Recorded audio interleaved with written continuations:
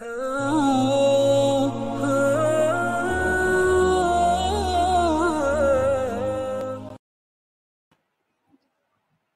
আলাইকুম ওয়া রাহমাতুল্লাহ নাহমাদুহু ওয়া নুসাল্লি আলা রাসূলিহিল কারীম ওয়া আলা আলিহি ওয়া সাহবিহি আজমাইন। প্রিয় দর্শক মণ্ডলী, পেরিস বাংলা টেলিভিশনের সাপ্তাহিক আয়োজন ঐকতানে হেরার আলো অনুষ্ঠানে আপনারা যে যেখান থেকে আমাদের সাথে যুক্ত হয়েছেন সকলকে আমরা আন্তরিক শুভেচ্ছা ও অভিনন্দন জানাচ্ছি। আপনারা দেখছেন আমাদের ধারাবাহিক আজকের আলোচনার বিষয় আমরা নির্ধারণ করেছি পারিবারিক সামাজিক বিশৃঙ্খলা সৃষ্টিতে হিংসা, অপবাদ ও গীবতের ভূমিকা। হিংসা, গীবত এবং অপবাদের ভূমিকা শীর্ষক আলোচনা। আজকে আমাদের সাথে সম্মানিত দুজন অতিথি যুক্ত হয়েছেন। আমি সর্বপ্রথম আমাদের স্টুডিওতে আমন্ত্রণ জানাচ্ছি জিয়াউল হক স্যারকে। আমি স্টুডিওতে আমন্ত্রণ জানাচ্ছি বিশিষ্ট লেখক, গবেষক, রাষ্ট্রচিন্তক জিয়াউল হক স্যারকে। স্যার, আপনাকে আমাদের আজকের প্রোগ্রামে স্বাগত।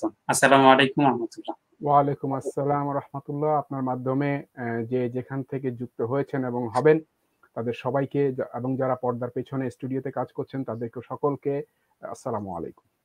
ওয়ালাইকুম আসসালাম রহমতুল্লাহ। প্রিয় দর্শক মন্ডলী, ধারাবাহিকভাবে আমাদের আরেকজন সম্মানিত অতিথি আমাদের সাথে যুক্ত হবেন। আমি আজকের স্টুডিওতে আমন্ত্রণ জানাচ্ছি ডক্টর মীর মনজুর মাহমুদকে। ডক্টর আসসালামু আলাইকুম ওয়া রাহমাতুল্লাহি ওয়া বারাকাতুহু। ওয়ালাইকুম আসসালাম রহমতুল্লাহ। আপনি কেমন আছেন? আলহামদুলিল্লাহ ভালো আছি, আল্লাহ রাখছেন। জি, সম্মানিত অতিথিবৃন্দ এবং প্রিয় দর্শক মন্ডলী, আপনারা জানেন যে আমাদের আজকের আলোচনার বিষয় হচ্ছে পারিবারিক সামাজিক বিশৃঙ্খলা সৃষ্টিতে বিদ্বেষ, হিংসা বিদ্বেষ, গীবত এবং অপবাদের ভূমিকা কি, এই বিষয়ে আমরা আলোচনা করব। সর্বপ্রথম আমি চলে যেতে চাই আমাদের প্রফেসর ডক্টর মীর মনজুর মাহমুদ স্যারের কাছে। যে স্যার, আপনি যদি আমাদেরকে বলতেন যে গীবতের প্রকৃত পরিচয়টা কি, গীবত কি জিনিস, কতটুকু তার সীমানা আছে, এর বিস্তারিত পরিচয়টা যদি তুলে ধরতেন আমাদের সামনে।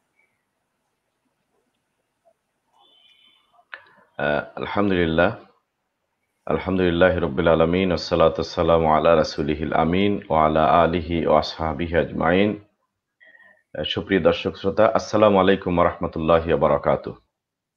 আজকে একটি অতি গুরুত্বপূর্ণ বিষয়ে আমরা আজকে আলোচনার সূত্রপাত করলাম। কোরআন কারীম যে অপরাধগুলোকে মানুষের জীবনের মৌলিক অপরাধ হিসেবে চিহ্নিত করেছে এবং সমাজ ও পরিবারে যে অপরাধগুলো সকল অনিষ্টের মূল হিসেবে কাজ করে, চালিকা শক্তি হিসেবে কাজ করে, তার মধ্যে গীবাত হচ্ছে অন্যতম। আজকের প্রসঙ্গে এটা ছাড়াও আরো ৩টা বিষয় কিন্তু আমরা এনেছি। তো উপস্থাপক আমাকে প্রথমে গীবাত নিয়ে বলতে বলেছেন। সেটি নিয়ে কোরআন কারীম সূরা হুজরাতের ১২ নম্বর আয়াতে বলছেন যে ওয়ালা ইয়াগতাব বা'দুকুম বা'দা আইয়ুহিব্বু আহাদুকুম আন ইয়াকুলা লাহমা আখিহি মাইতান ফাকারিহতুমুহু। কোরআন কারীম এই কথাটাকে কোডিফাই করার কারণ হলো যে অনাগত কালের মানবতার জন্য যে গ্রন্থটি এসছে সেই গ্রন্থ কিন্তু অপ্রয়োজনীয় বা কম প্রয়োজনীয় কথা কখনোই বলেনি। আর আমরা জানি যে কোরআন টেলিগ্রামিক ভাষায় অবতীর্ণ, যে কোরআনের ভাব এবং ভাষা মহাজ্ঞানী আল্লাহর কাছ থেকে এলেও সসীম জ্ঞানী মানুষের উপযুক্ত ভাষায় বর্ণনা করা হয়েছে, সেই গ্রন্থ মানুষকে প্রশ্ন করছে, উত্তরও দিয়ে দিচ্ছে একটি ছোট্ট আয়াতের মধ্যে যে তোমরা পরস্পরের গীবাত করো না। আর সবশেষে প্রশ্ন করছে যে তুমি কি তোমার মৃত ভাইয়ের গোশত খেতে চাও? নিশ্চয় সেটা তোমার কাছে চরম অপছন্দের কাজ। এটি হলো কোরআনের ভাষায় মানবতার কাছে জিজ্ঞাসা এবং উত্তর। হ্যাঁ, গীবাত কি? গীবাত শব্দের সাথে আমরা অনেক পরিচিত। গীবাত হচ্ছে ওই জিনিস যেটা আমরা নবী সাল্লাল্লাহু আলাইহি সাল্লাম থেকে জেনেছি। প্রসিদ্ধ হাদিসের মাধ্যমে আমরা সেটাকে বহু জায়গায় পেয়েছি। তন্মধ্যে আবু হুরায়রা রাদিয়াল্লাহু তাআলা আনহু থেকে বর্ণিত যে হাদিসটি মুসলিম বর্ণনা করেছেন, সেখানে নবী সাল্লাল্লাহু আলাইহি সাল্লাম সাহাবীদেরকে প্রশ্ন করেছেন যে তোমরা কি জানো গীবাত কাকে বলে? তো তখন সাহাবীরা নবীজির কাছেই স্বভাবসুলভভাবে এ বিষয়ে জানতে চেষ্টা করেছেন। নবীজি যেটা বুঝিয়েছেন সেটা হচ্ছে একজন মানুষের ভিতরে থাকা অপরাধ, যেটা যথাযথ, যেটা সঠিক, তার অনুপস্থিতিতে বলাটাই হচ্ছে গীবাত। একজন মানুষের মধ্যে বিদ্যমান দোষ ত্রুটি, এটি সেই মানুষের অনুপস্থিতিতে বলাটাই হচ্ছে গীবাত। এটা হচ্ছে রাসূলুল্লাহ সাল্লাল্লাহু আলাইহি সাল্লামের দেওয়া গীবাতের সংজ্ঞা। ঠিক একই হাদিসের মধ্যে আমাদের আজকের আলোচনার আরেকটি প্রসঙ্গের সংজ্ঞাও চলে এসছে, যে কোনো মানুষের অনুপস্থিতিতে যদি তার দোষটাকে সঠিকভাবে বলে তাহলে সেটা হলো গীবাত, কিন্তু যদি দোষ করেনি কিন্তু বলে তাহলে সেটাকে বলা হয় তহমাত বা অপবাদ। সেটা আমরা অন্য জায়গায় পাবো। সুতরাং গীবাত হচ্ছে ওই জিনিস যে একজন মানুষ যখন তার অপর ভাইয়ের বা বোনের অনুপস্থিতিতে তার দোষগুলোকে বলে থাকে। আরেকটি জিনিস মনে রাখা দরকার, যে মানুষ যখন মানুষের দোষগুলোকে বলে থাকে তখন সচরাচর সাধারণত বিদ্বেষবশত অথবা খাটো করার জন্য অথবা খারাপ নিয়েতেই বলে থাকে। তো যাই হোক, সমাজ এবং পরিবারের জন্য, ব্যক্তি এবং সমষ্টির জন্য এটি সম্পর্ক বিনষ্টকারী, সবচেয়ে অনিষ্টকর, সবচেয়ে ক্ষতিকর একটি অসৎ গুণাবলী, মৌলিক অসৎ গুণাবলী, যেটা মানুষের প্রকৃতিজাত। এবং আরেকটি জিনিস আপনি নিশ্চয় জানেন, যে মানুষের মধ্যে মানুষের গুণ বলার অভ্যাসটা স্বভাবজাত না, মানুষের দোষ বলার অভ্যাসটা স্বভাবজাত। নবী সাল্লাল্লাহু আলাইহি সাল্লাম বললেন, মানুষের সামনে প্রশংসা করো না, কিন্তু আমরা সামনে প্রশংসাকে বেছে নিয়েছি আর পিছনে নিন্দাকে আমরা বেছে নিয়েছি। এর ফলাফল আমরা সমাজ ও পরিবেশে আমরা দেখতে পাচ্ছি।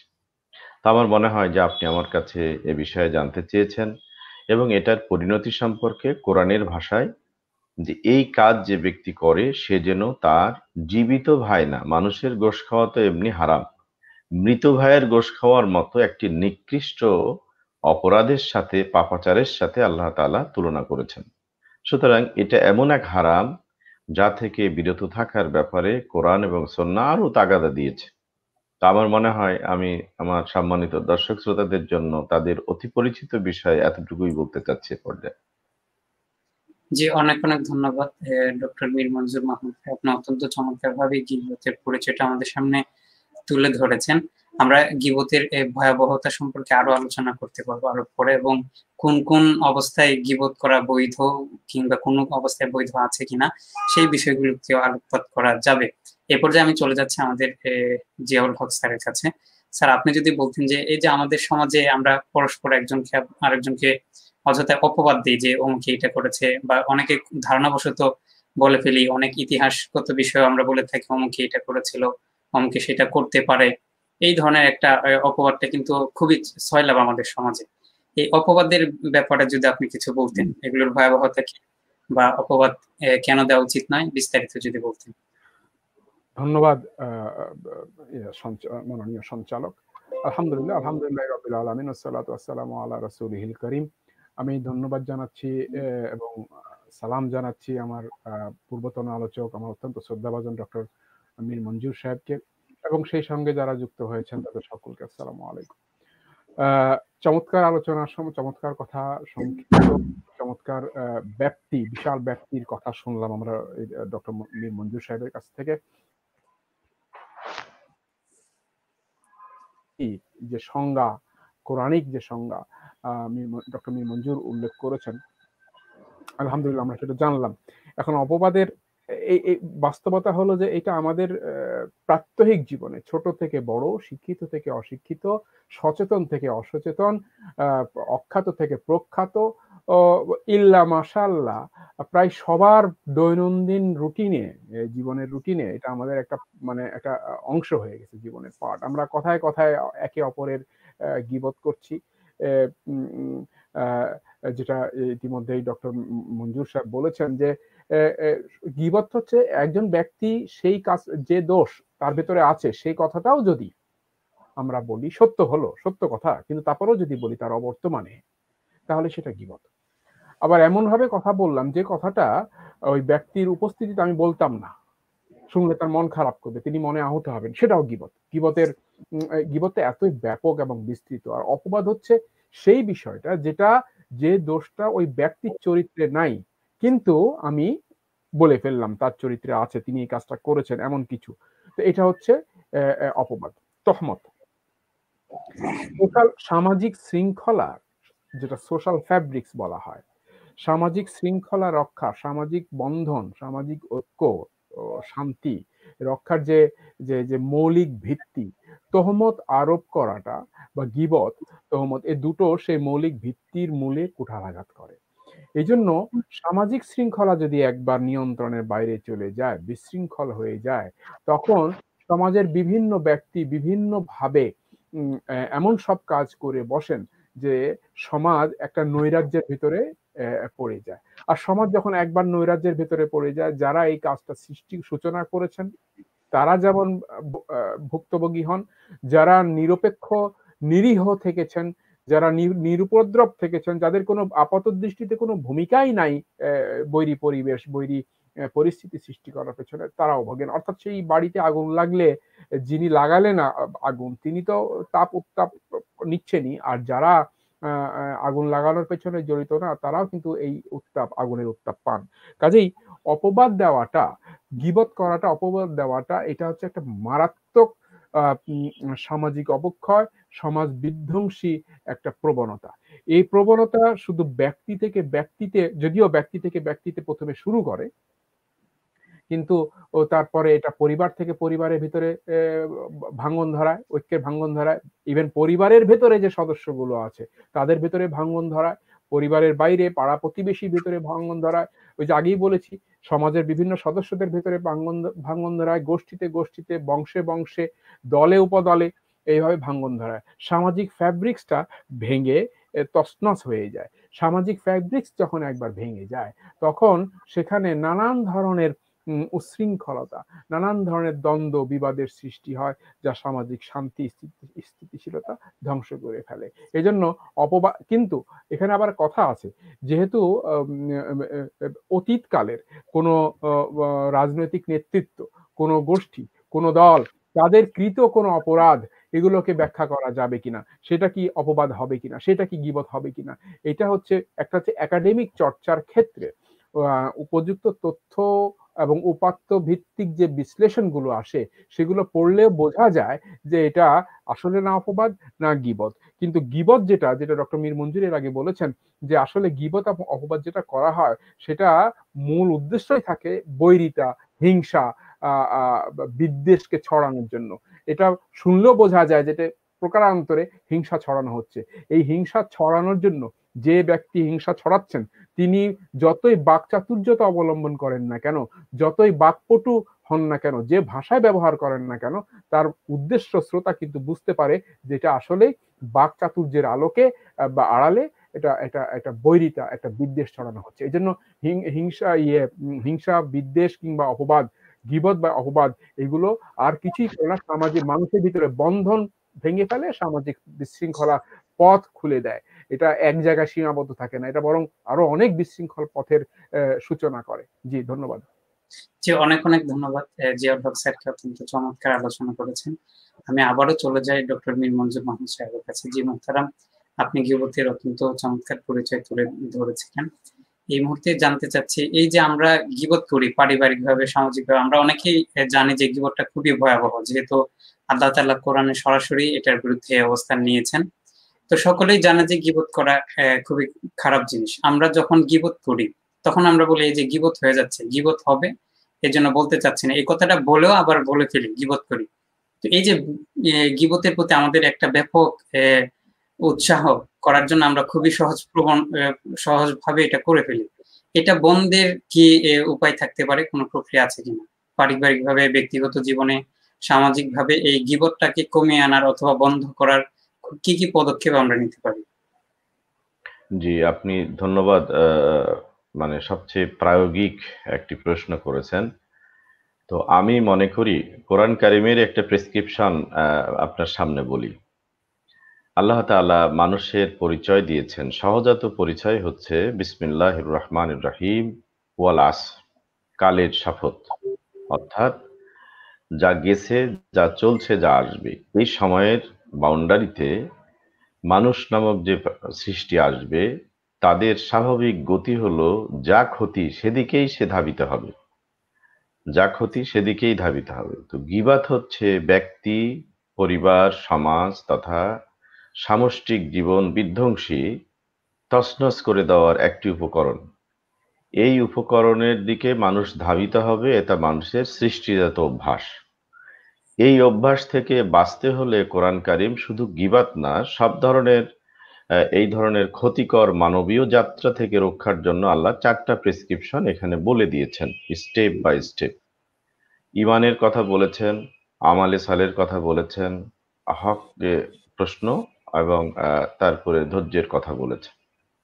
তা আসলে গীবাত থেকে বাঁচার জন্য প্রথম কথা হচ্ছে যে গীবাত নামক এই মহাপাপ সম্পর্কে মানুষের বিশ্বাস থাকতে হবে যে এর জন্য আমাকে দুনিয়া এবং আখিরাতে জবাবদিহি করতে হবে। এই বিশ্বাস যদি মানুষের মধ্যে যত শানিত হবে তত বেশি সে মানুষ গীবাত থেকে দূরে থাকবে। যেমন ধরুন, ঘরে অনেক ধরনের তার থাকে, কিন্তু ইলেকট্রিসিটির তারে কেউ হাত দেয় না, কারণ কি জানে যে এখানে হাত দিলে এই দুর্ঘটনা ঘটবে।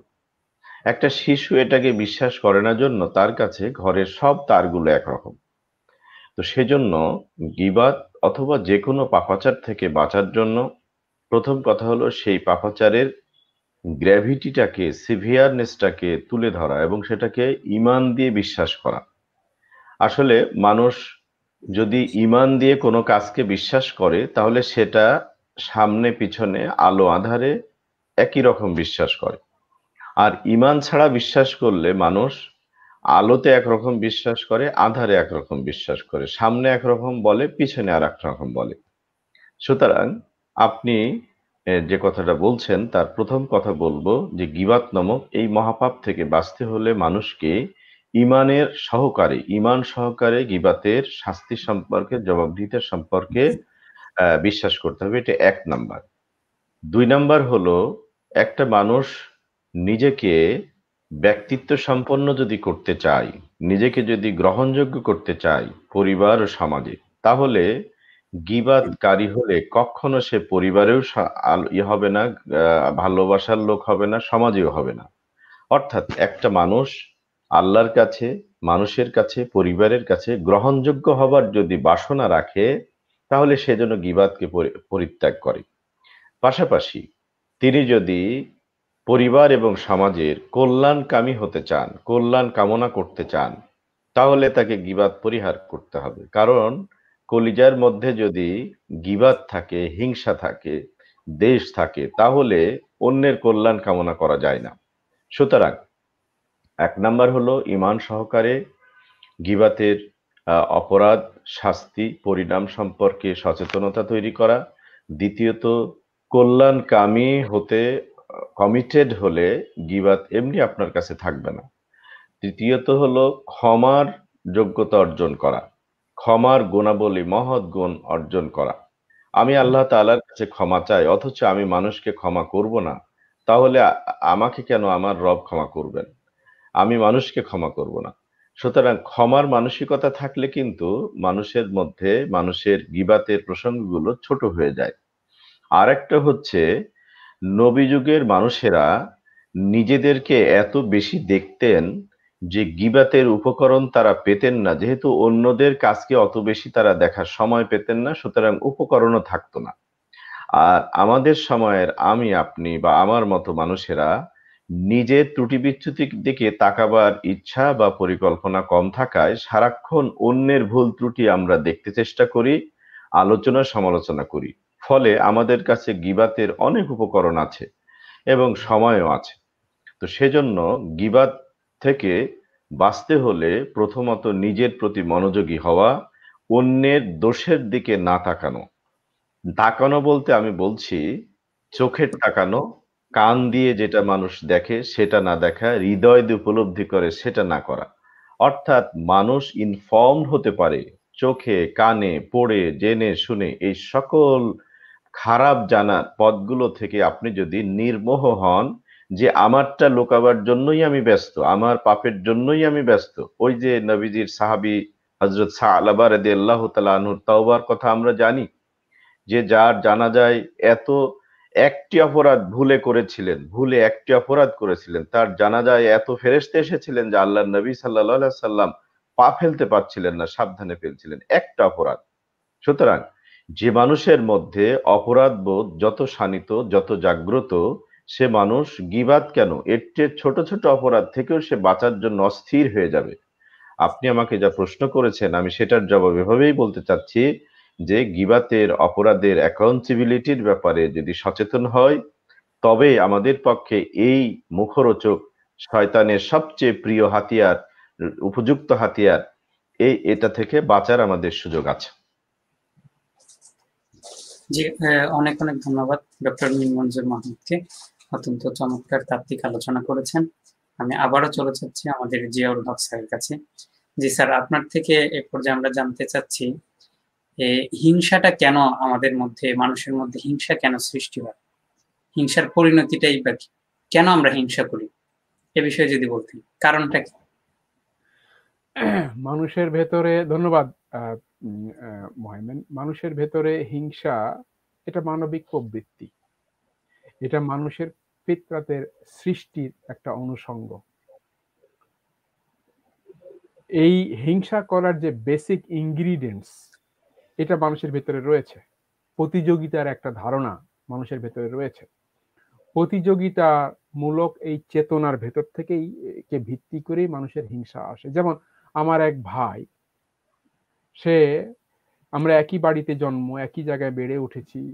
আমার এক বন্ধু, একই সঙ্গে পড়াশোনা করেছি, সে বেশি সম্পদ অর্জন করেছে, আমি সম্পদ কম অর্জন করতে পেরেছি। এই যে একটা প্রতিযোগিতা, তার থেকে আমাকে বেশি ভালো গাড়িটা পেতে হবে, ভালো বাড়িটা তৈরি করতে হবে, আমার ভাইয়ের চাইতে বাড়িটা আমার ভালো হবে, কিংবা আমার ভাইয়ের চাইতে আমার অর্থ সম্পদ বেশি হবে, আমার মান সম্মান বেশি হবে, আমার ক্ষমতা প্রভাব প্রতিপত্তি বেশি থাকবে। সে যে অঙ্গনেই আমরা নেই না কেন, এই হিংসা চাইবার, নিজের চাইবার প্রকৃতি, নিজের পাবার যে যে যে যে চেতনা, এটা মানুষের প্রকৃতিগত, এটা সৃষ্টিগত ভাবে মানুষের ভেতরে আছে। মানুষের ভেতরে সৃষ্টিগত ভাবে ভালো এবং মন্দ দুটোই আছে। এখন এই যে দুটো থাকার পরে, এটা আল্লাহ পাক দিয়েছেন বলেই আমাদেরকে পরীক্ষার সম্মুখীন হতে হয়, আমাদের জন্য পরীক্ষা ব্যবস্থা করে রেখেছেন যে মান খাফা মাকামা রাব্বিহি ওয়া নাহান নাফসা আনিল হাওয়া ফাইন্নাল জান্নাতা হিয়াল মাওয়া। যে আল্লাহ পাকের সম্মুখে দাঁড়াতে হবে এই চিন্তা করে নিজের মনের এই খায়েশকে নিবৃত করেছে, তার জন্যই জান্নাত, তার ঠিকানাই জান্নাত। তো এখন এই যে পাওয়া না পাওয়া, আরেকজনের চাইতে বেশি পাওয়া, আল্লাহ পাক কোরআনে স্পষ্ট বলে দিয়েছেন যে আর অপরের দিকে তুমি চোখ তুলে অপরের মানে সম্পদের দিকে চোখ তুলে তাকাবা না। আমি এই মুহূর্তে আয়াতটার উদ্ধৃতি দিতে পারছি না আমার অজ্ঞতার কারণে, কিন্তু স্পষ্ট এরকম বলেছেন যে তুমি চোখ তুলে তাকাবা না তাদের দিকে।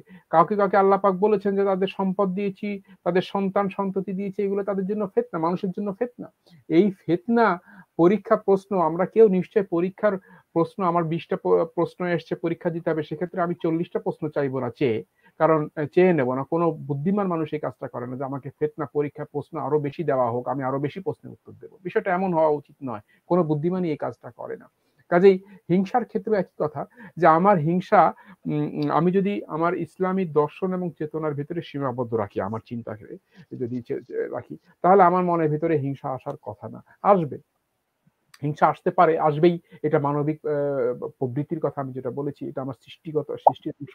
কিন্তু পাশাপাশি এটাও আমি যদি জানি যে আমার মনের ভিতরে উদিত চিন্তা আরেকজনের ব্যাপারে অকল্যাণ চিন্তা, প্রতিযোগিতা, সম্পদের প্রতিযোগিতা, সূরা তাকাসুরের আমরা সবাই পড়েছি, একে অপর থেকে বেশি পাওয়ার প্রতিযোগিতা আমাদেরকে মূল টার্গেট থেকে, আমাদের মূল কাজ থেকে, আমার জীবনের মূল মিশন এবং লক্ষ্য থেকে বিরত করে রাখে। কাজে যে বিষয়টা, যে প্রতিযোগিতা, যে প্রাপ্তি, যে পাওয়ার যে প্রতিযোগিতা, যে চেতনা আমাকে আমার মূল টার্গেট থেকে, আমার নিজের ভেতরে অন্তর্দৃষ্টি ইন্ট্রোভার্টেড হওয়া থেকে আমার ভেতরেরটা খুঁজে দেখার পথ থেকে বিরত রাখে, সে পথে আমি সেই প্রতিযোগিতায় কেন যাব?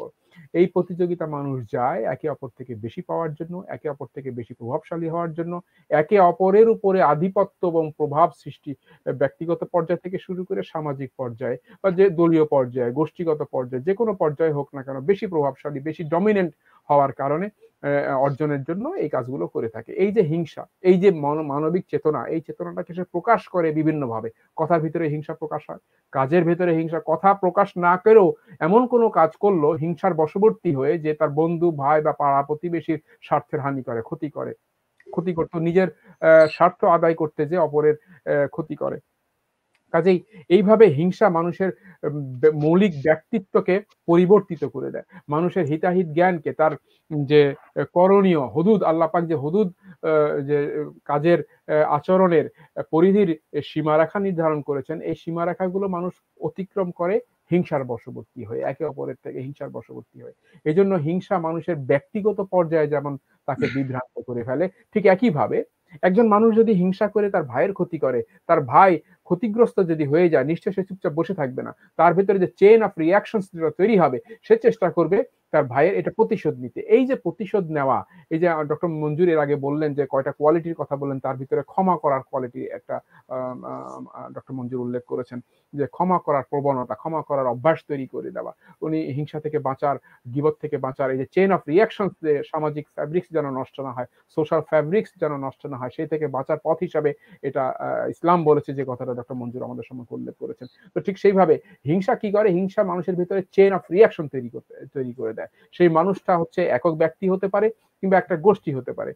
এই জন্য হিংসার বশবর্তী হয়ে ব্যক্তি যখন সীমা লঙ্ঘন করে, আমি আগেই বলেছি, ব্যক্তিকে সীমা লঙ্ঘন করতে প্ররোচিত করে হিংসা। সেই হিসাবে হিংসার বশবর্তী হয়ে যখন ব্যক্তি তার সীমা লঙ্ঘন করে অপর কোনো ব্যক্তি বা গোষ্ঠী বা সমাজের ক্ষতি করে, তখন সেই সমাজ, সেই ব্যক্তি বা সেই গোষ্ঠীও তার চেইন অফ রিয়াকশনের বশবর্তী হয়ে প্রতিশোধ নিতে আসে। ফলে হয় কি, মানুষে যে ঐক্য, মানবিক ঐক্য, সামাজিক প্রশান্তি, সামাজিক স্থিতিশীলতা, সবগুলো নষ্ট হয়। এই জন্য হিংসা মূল ব্যক্তির বিপথে যাওয়ার, বিভ্রান্তিতে যাওয়ার, বিপর্যয়ের মূলে হচ্ছে হিংসা। এই জন্য হিংসা অত্যন্ত মারাত্মক। হিংসা থেকে বেঁচে থাকার একমাত্র পথ হচ্ছে মানুষ তার আল্লাহ পাকের এই বক্তব্যকে, আল্লাহ সীমারেখাকে যদি স্মরণ রাখে, যে আমি আমার অন্তরে যেটা ভাবছি, আরেকজনের ক্ষতি করার চিন্তা করছি, বা আরেকজনের স্বার্থহানি করার জন্য চিন্তা করছি, সাময়িক লাভ এবং স্বার্থ উদ্ধারের জন্য, এটা হিংসা। এবং এই হিংসাটা আমার জন্য, মানে হিংসা, সরিষা পরিমাণ হিংসা যার আছে, রাসূল সাল্লাল্লাহু আলাইহি ওয়াসাল্লাম বলেছেন সে জান্নাতে যাবে না। কাজে এই যে হিংসা বর্জন করার যে প্রবণতা, যে রাসূল পাক সাল্লাল্লাহু আলাইহি ওয়াসাল্লাম যে নির্দেশগুলো দিয়েছেন, এগুলো যদি ব্যাপারে যদি সচেতন থাকে ব্যক্তি, তাহলে হিংসা থেকে বেঁচে থাকতে পারে। আর ব্যক্তি যদি হিংসা থেকে বাঁচে, তার দ্বারা অপরাধ কম হবে, তার দ্বারা কথা কাজে ভুল কম হবে, এবং কথা কাজে যদি ভুল কম না হয়, অপরের স্বার্থ যদি হানি না হয়, তাহলে চেইন অফ রিয়াকশনস কম আসবে। চেইন অফ রিয়াকশনস আসবে না, সেক্ষেত্রে সামাজিক শান্তি, স্থিতিশীলতা এবং শৃঙ্খলা রক্ষিত হবে। এই জন্য হিংসা শুধু ব্যক্তির ক্ষতি করে না, পুরো সমাজ এবং গোষ্ঠীর জন্য অত্যন্ত মারাত্মক একটা অপরাধ। জি।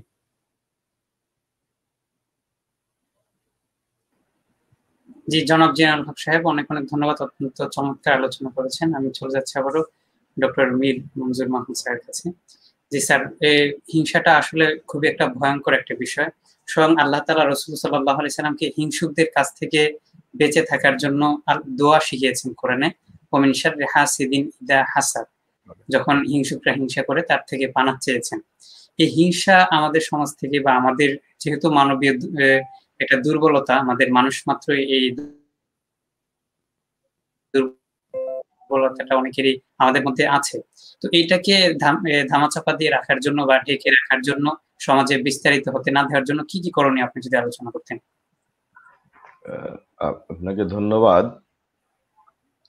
আসলে হিংসার জন্ম কথা বলা দরকার। হিংসার জন্ম কিন্তু জান্নাতে হয়েছে আদম আলাইহিস সালামের শান্তিতে ঈর্ষান্বিত হয়ে শয়তানের মাধ্যমে।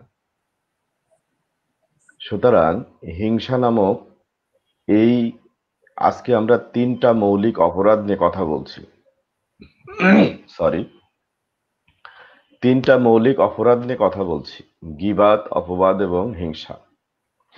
গীবাত, অপবাদ এই দুইটা কোনো পশু করতে পারে না, পশুর সে যোগ্যতা নাই। কোরআন কারীম বলছে, আর রহমান আল্লামাল কোরআন খালাকাল ইনসান ও আল্লামাহুল বায়ান। যিনি কথা বলতে শিখিয়েছেন তিনি দয়াময়। সেই দয়াময় যখন মানুষের জন্য জান্নাতে রেখেছিলেন মানুষকে, তখন সর্বপ্রথম যে পাপটি সংগঠিত হয়েছিল হিংসা বশবর্তী হয়ে ধোঁকা দেওয়া, এবং সেটি শয়তান করেছিল। এটি পশুর মধ্যে আছে। দেখবেন কুকুর কুকুরকে তেড়ে যায় হিংসার বশবর্তী হয়ে। এক প্রাণী আর এক প্রাণীর সাথে দীর্ঘ লড়াই লিপ্ত হয় হিংসার বশবর্তী হয়ে। এটি পশুত্বের অন্যতম একটি দোষ যা মানুষ বহন করে। হিংসুকের হিংস্রতা থেকে সাহায্য চাওয়ার জন্য নবীজি আমাদেরকে অনেকভাবে আদেশ দিয়েছেন, ইয়াকুমুল হাসাদ, তোমরা হিংসা থেকে দূরে থাকো, কারণ এটা তোমাদের সমুদয় আমল ভালো কাজকে ওইভাবে খেয়ে ফেলে যেমন আগুন কাঠকে জ্বালিয়ে শুধু ফেলে না, ছাই করে দেয়, অস্তিত্বহীন করে দেয়। ঠিক তেমনি ভাবে হিংসা একটি বর্জনীয় মানব চরিত্রের অপরাধ। এটা কেন আসে? এ থেকে বাঁচার উপায় নিয়ে আপনি বলছেন?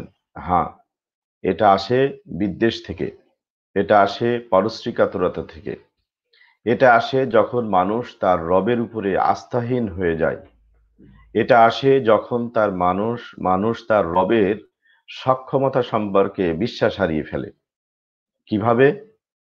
ধরুন, আমার ছেলেটা ভালো রেজাল্ট করেছে, আমার প্রতিবেশীর ছেলেটা খারাপ রেজাল্ট করেছে। প্রতিবেশী যখন হতাশ হয়ে যায়, আমার রবের কাছে আমার ছেলের ভালো রেজাল্ট দেওয়ার মতো কোনো সুযোগ নাই, সুতরাং আমাকে হিংসা করে আমার অমকের ছেলের ভালো রেজাল্টটা কেড়ে নিতে হবে। তখন মানুষ হতাশ হয়ে অন্যের ভালো বন্ধ করার জন্য যে পথ বেছে নেয়, যে আচরণগুলো করে, সেই আচরণগুলোর নাম হলো হিংসাত্মক আচরণ, হিংসাত্মক বিহেভিয়ার। এই হিংসাত্মক আচরণ কথায় হতে পারে, কাজে হতে পারে, নানা রকমের আচরণের মধ্য দিয়ে হতে পারে। সুতরাং এ থেকে বাঁচতে হলে প্রথমত এখানেও একজন মুসলিম তার জীবনের সকল কাজের পরিকল্পনা করবে হচ্ছে তার বিশ্বাসের আলোকে।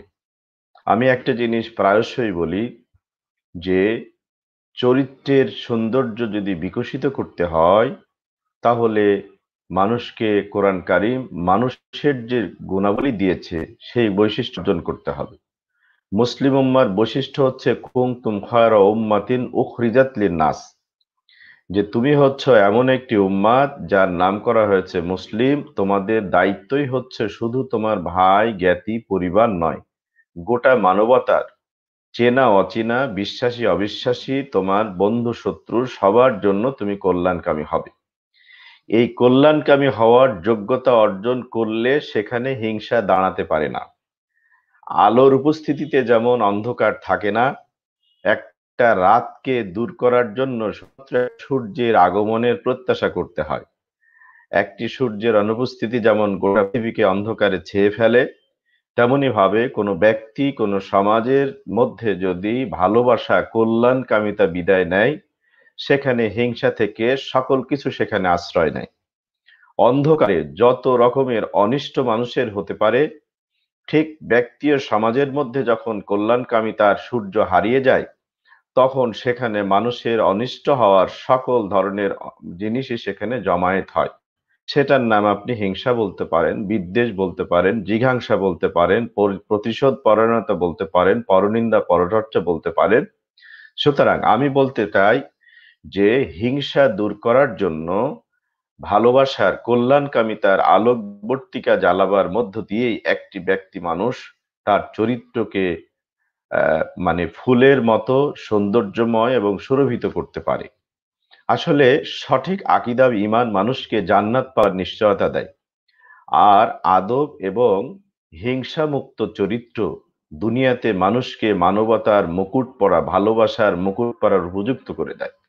এই জন্য মানুষের প্রিয়, সমাজের প্রিয়, কল্যাণকামী হওয়ার জন্য হিংসা বর্জন যে যত করতে পেরেছেন সে তত কল্যাণকামী হতে পেরেছেন, যে যত কল্যাণকামী হতে পেরেছেন তিনি তত মানবীয় গুণ অর্জন করতে পেরেছেন। এবং এই গুণ ব্যক্তি যখন অর্জন করে সে তার ঘরটাকে আলোকময় করে। সেখানে এসে হীরার আলো ঠিকরে পড়ে, যেমন মানে হীরা মানে এক টুকরো হীরার টুকরের মধ্যে আলো পড়ে যেমন অ্যাস্থেটিক বিউটি ছড়ায়, তেমনি কল্যাণকামী হৃদয়ের মানুষের কথা, আচরণ, চলাফেরা থেকে এই অ্যাস্থেটিক বিউটিটা প্রকাশিত হয়ে থাকে। তো আমার মনে হয় আপনার প্রশ্নের উত্তর আমি দীর্ঘায়িত না করে শুধু বলতে চাচ্ছি যে হিংসা হচ্ছে এমন একটি অন্ধকার, এমন একটি আবরণ যা মানবীয় জীবনের সৌন্দর্যের সূর্যকে ঢেকে রাখে, সুরভিকে ঢেকে রাখে। এটি দূর করা গেলে মানুষের জীবনের সৌন্দর্য বিকশিত হয়, প্রকাশিত হয়। জি, অনেক অনেক ধন্যবাদ ডক্টর মীর মঞ্জুর মোহাম্মদ স্যারকে, অত্যন্ত চমৎকার আলোচনা করেছেন। প্রিয় দর্শক মণ্ডলী এবং সম্মানিত অতিথিবৃন্দ, আমরা প্রোগ্রামের প্রায় শেষ দিকে চলে এসেছি। সর্বশেষ আমাদের হিংসা, গীবত এবং অপবাদ সম্পর্কে সংক্ষেপে আরো কিছু বলার অনুরোধ করছি জিয়াউল হক স্যারকে সামগ্রিকভাবে। ধন্যবাদ মোহাইমেন স্যার, যেহেতু বলেছেন ডক্টর মঞ্জুর চমৎকার, অত্যন্ত বাকশৈলিতার সাথে উনি উপস্থাপন করেছেন। আলহামদুলিল্লাহ, আমরা ঋদ্ধ হলাম। আমরা দুঃখজনকভাবে করতে কোনো দ্বিধা নেই যে আমাদের সমাজে আমরা এই ব্যাপারে সচেতন নই। আমরা প্রত্যেকেই মানে কম বেশি বিভিন্ন সময় আমরা সীমা ক্রস করে ফেলি, সীমানা লঙ্ঘন করে ফেলি। সমাজে, বাংলাদেশের আমাদের সমাজে বর্তমান যে সমসাময়িক সমাজে যে পারস্পরিক অনৈক্য, অনাস্থা এবং অবিশ্বাস, এইগুলোর পিছনে ব্যক্তিগত থেকে শুরু করে সামাজিক, এগুলো সবগুলোর পেছনে এই যে এই হিংসা এবং গীবত এবং অপবাদের কারণেই এগুলো হচ্ছে। এখন এ থেকে বাঁচার পথ হলো, যেটা ডক্টর মঞ্জুর এর আগে বলেছেন, আমিও সেই একই কথা বলি, যে ব্যক্তি যদি তার কাজকর্মের ব্যাপারে সচেতন হয়, আমরা যদি প্রত্যেকে নিজ নিজ অঙ্গনে যদি নিজের ভেতরটাকে দেখি এবং আমরা যদি এই বিশ্বাসটা রাখি, বিশ্বাসটা মুসলমান হিসেবে রাখতে আমরা বাধ্য, সেই বিশ্বাসটাকে যদি শানিত করি, আরো শক্তিশালী করি, যে আমার প্রতিটা কথা এবং কাজের জন্য আমি আল্লাহ পাকের কাছে অবশ্যই জবাবদিহি আমাকে করতে হবে। আমার প্রতিটা কথা এবং কাজ লিপিবদ্ধ, রেকর্ড হচ্ছে, it will be shown once. একসময় আমাকে এটা দেখানো হবে এবং আমাকে অ্যাকাউন্টেবিলিটির মুখোমুখি হতে হবে, হিসেবের মুখোমুখি হতে হবে। এর উপযুক্ত ব্যাখ্যা আমাকে দিতে হবে। এই চেতনা যদি আমরা ভিতরে লালন করতে পারি, এবং এটা আমরা সবাই জানি, কিন্তু এটা সচেতন শানিত রাখতে পারি সদা সর্বদা, সার্বক্ষণিকভাবে, এবং এই চেতনা লালন করার সাথে সাথে করার পাশাপাশি যদি আমাদের কাজগুলোকে, আমাদের কথাবার্তা, আমাদের আচরণকে যদি আমরা এই চেতনার আলোকে নিয়ন্ত্রণ করতে পারি, তাহলে আমাদের মাঝখান থেকে এই হিংসা, বিদ্বেষ, গীবত এবং অপবাদ দেওয়া এই প্রথা দূর হয়ে যাবে। আর একবার যখন শুরু হবে, তখন এটা এমন একটা ভালো কাজ, যেটা ডক্টর মঞ্জুর বলেছেন, যে হিংসা বিদ্বেষ গুলো হয় কি, মানুষের সমস্ত ভালো দিকগুলো আড়ালে রাখে। যেমন সূর্যগ্রহণ হলে মেঘ সূর্যকে, পুরো সূর্যের আলোকে একেবারে ঢেকে ফেলে, ঠিক তেমনি ভাবে হিংসা সহ বিদ্বেষ এবং গীবতের প্রবণতা আমাদের মানুষের চরিত্রের ভালো দিকগুলো, প্রতিটা মানুষের ভিতরে কিছু ভালো দিক তো আছে, সেই ভালো দিকগুলো, মানবিক দিকগুলোকে আড়ালে রেখে ফেলে। তার আর ভালো কিছু তখন আর দেখা যায় না। তো এই জন্য এগুলো থেকে যদি দূরে থাকতে হয়, আমাদের ভেতরে ওই চেতনাকে লালন এবং সবসময় শানিত রাখতে হবে। শানিত রেখে যদি আমরা চলতে পারি এবং আমরা যদি সচেতনভাবে এটাকে অ্যাভয়েড করে চলতে পারি, এটাকে বর্জন করে চলতে পারি, তাহলে আমাদের চরিত্রের মানবিক যে দিকগুলো আড়ালে রয়ে যাচ্ছে সেগুলো বের হয়ে আসবে। প্রত্যেকের চরিত্রের মানবিক দিকগুলো যদি ভাস্বর হয়ে আসে, বের হয়ে আসে, তাহলে পুরো সমাজটাই মানবিক সমাজে, সুন্দর একটা সমাজে পরিণত হবে ইনশাআল্লাহ। আমরা প্রত্যেকে নিজেদের চরিত্রের এই দিকটাকে সচেতনভাবে খেয়াল করার চেষ্টা করব। আল্লাহ পাক আমাদের সকলকে সেই বিষয়ে সচেতনভাবে সবসময় সচেতন থাকার তৌফিক এনায়েত করুন। আমি এইটুকু বলতে পারি। আসসালামু আলাইকুম ওয়া রাহমাতুল্লাহ। জি, ওয়ালাইকুম আসসালাম ওয়া রাহমাতুল্লাহ। জি, ডক্টর মীর মঞ্জুর মোহাম্মদ স্যার, যদি সর্বশেষ দর্শক মণ্ডলীর উদ্দেশ্যে কিছু বলতে চান। আসলে পরিবার এবং সমাজে আমরা যেখানে আছি সেখানে প্রত্যাশা ব্যক্ত করে নিজের প্রতিজ্ঞা করারই সুযোগ আছে কেবল। আমি মনে করি যে আমার এ ঘর ভাঙিয়াছে যে বাপ, আমি বাঁধি তার ঘর, আপন করিতে কাঁদিয়া বেড়ায় যে মোরে করেছে পর। এই কবিতার শেষে বলা হচ্ছে, কাঁটা দেই তারে ফুল করি দান সারাটা জীবন ভর। সুতরাং পরিবার এবং সমাজে কে আমাকে কষ্ট দিয়েছে এই হিসাব করে আমার সময় এবং খেড়ো খাতাটুকুকে নষ্ট করতে চাই না, বরঞ্চ আমার জীবন যেহেতু পরিত্যক্ত কোনো গুদাম ঘর নয়, এটি হলো আমার ছোট্ট সময়কালের বসবাসের জায়গা। সুতরাং এটাকে আলো দিয়ে বাতাস দিয়ে সাজাবার জন্য কল্যাণকামিতাকে এখানে আহ্বান করি। কল্যাণকামিতার বৃক্ষ আমার জীবনে যদি লাগাতে পারি, এটাকে ফুলে ফলে সুশোভিত করতে পারি, ইনশাআল্লাহ আমার জীবন হতে পারে পরিবার তথা সমাজের জন্য আদর্শ। এই স্বপ্নটি যদি ব্যক্তি, পরিবার তথা সমাজ দেখতে পারে, আশা করি একটি সুন্দর পরিবেশ, যেটি ইসলাম আমাদেরকে দিতে শিখিয়েছে, যে স্বপ্ন দেখিয়েছে সে স্বপ্ন দেখতে পারবো। আর শেষ কথাটা আমাদের মহান রবকে বলতে পারবো, ইয়া এলাহি, বলো সে কবে আমার স্বপ্ন পূরণ হবে। ধন্যবাদ সকলকে। আসসালামু আলাইকুম ওয়া রাহমাতুল্লাহ। ওয়ালাইকুম আসসালাম ওয়া জি, অনেক অনেক ধন্যবাদ আমাদের সাথে যুক্ত হওয়ার জন্য। আপনাদের মূল্যবান সময় থেকে আমাদের স্টুডিওতে আজকে সময় দেওয়ার জন্য অনেক অনেক কৃতজ্ঞতা জ্ঞাপন করছি। প্রিয় দর্শক মন্ডলী, আপনারা দেখছেন পেরিস বাংলা টেলিভিশনের সাপ্তাহিক আয়োজন ঐক্যতানে হেরার আলো। আজকে যে যেখান থেকে আমাদের সাথে যুক্ত হয়েছেন সকলকে আমরা শেষবার আবারও আন্তরিক শুভেচ্ছা জানিয়ে আগামী প্রোগ্রামে আপনাদের আমন্ত্রণ জানিয়ে আজকের প্রোগ্রাম এখানে সমাপ্তি ঘোষণা করছি। আসসালামু আলাইকুম ওয়া রাহমাতুল্লাহ।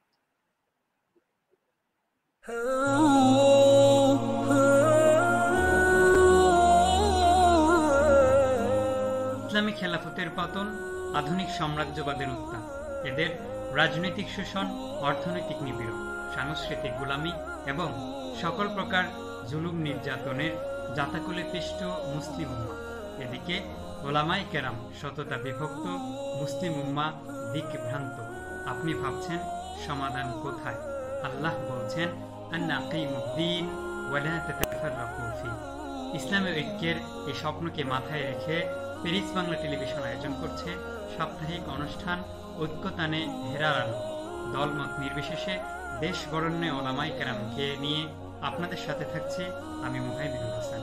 দেখবেন প্রতি শুক্রবার বাংলাদেশ সময় রাত 9টায়, ফ্রান্স সময় বিকাল 5টায়, তুরস্ক সময় সন্ধ্যা 6টায়। চোখ রাখুন পেরিস বাংলা টেলিভিশনের পর্দায়।